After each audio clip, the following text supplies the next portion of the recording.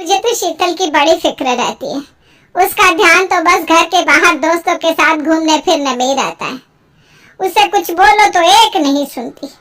मैं तो कहती हूँ इसकी जल्दी शादी वादी करवा दो, वरना लड़की हाथ से निकल जाएगी। तुमसे ज्यादा चिंता है मुझे शीतल की शादी की। कल ही वो रामपुर वाले मौसा जी को फोन भी किया था। बता रहे थे एक लड़का है नजर में।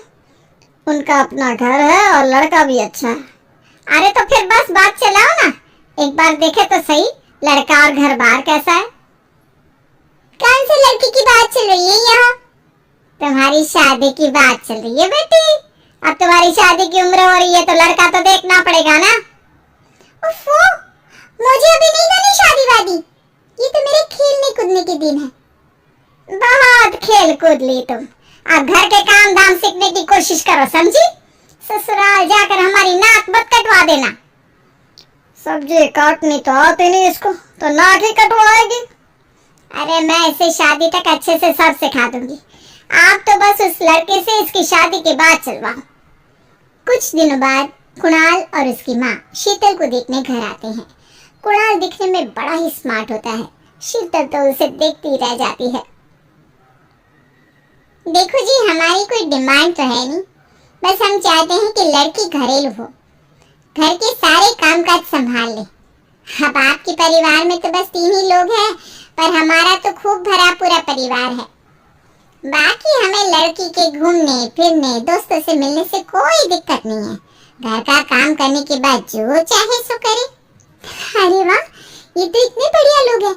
लड़का भी इतना स्मार्ट है और ऊपर से इन्हें मेरे घूमने फिरने से भी कोई दिक्कत नहीं है। हे भगवान, तूने तो बिना मांगे मुझे सब दे दिया। बताओ जी, और क्या चाहिए हमें?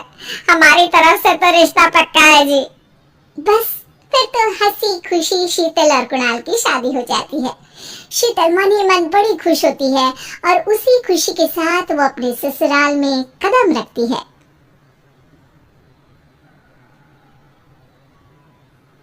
आओ बहू, तुम्हारा अपने ससुराल में स्वागत है। ये मिलो अपने परिवार से।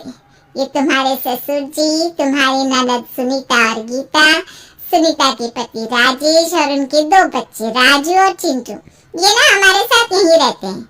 ये तुम्हारी दादी सास है और बाकी लोग अभी बाहर गए हुए हैं। इतने सारे लोग, ये सब यहीं रहते हैं इस घर में? अरे अभी तो मेरे देवर देवरानी और उनके 3 बच्चे यहाँ नहीं है। उसके मायके में भी शादी थी ना, तो बस वहीं गई है। कल तक आ जाएंगे। हे भगवान, ये घर है या धर्मशाला? ये सब एक साथ इस घर में कैसे रहते हैं? मुझे तो पता ही नहीं था इनका इतना बड़ा परिवार है। अब समझी कि कोई डिमांड क्यों नहीं की इन्होंने। ये सब चाल चले मेरे साथ। अरे बहू, खड़े खड़े क्या सोच रही हो?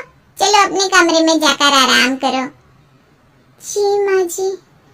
अगले दिन शीतल का ससुराल में पहला दिन होता है।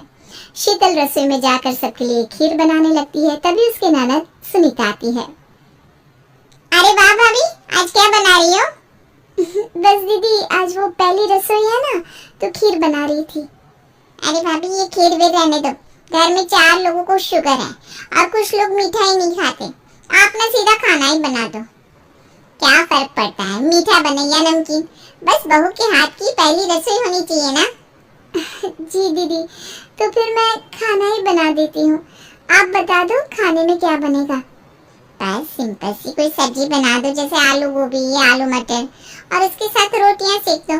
हमारे परिवार में अब तुम्हें मिलाकर पूरे 20 लोग हो गए हैं। 15 बड़े और 5 बच्चे। बड़ों की 6 और बच्चों की 2 के हिसाब से रोटी बना देना। चलो मैं चलती हूँ, सब देख लेना। हाँ, बड़ों की 6 रोटी मतलब कि 15 लोगों की 90 रोटियां, और बच्चों की 2 रोटी मतलब 5 बच्चों की 10 रोटियां। 90 और 10 मतलब कुल मिलाकर 100 रोटियां। हाय, मैं तो मर गई। 100 रोटियां अकेले कैसे बनाऊंगी? हाँ, ये तुमने मेरी शादी कहाँ कर दी? शादी से पहले तो मैंने कभी 4 रोटी से ज्यादा नहीं बनाई। शीतल एक बड़ी सी परात में 100 लोगों के हिसाब से आटा निकालती है और उसे गूंदना शुरू करती है। आटा गूंथते गूंथते शीतल के पसीने छूट जाते हैं। उसके बाद बारी आती है रोटी बनाने की। शीतल एक एक करके रोटी बनाना शुरू करती है और 10 रोटी बनाते ही अपनी कमर पकड़ लेती है।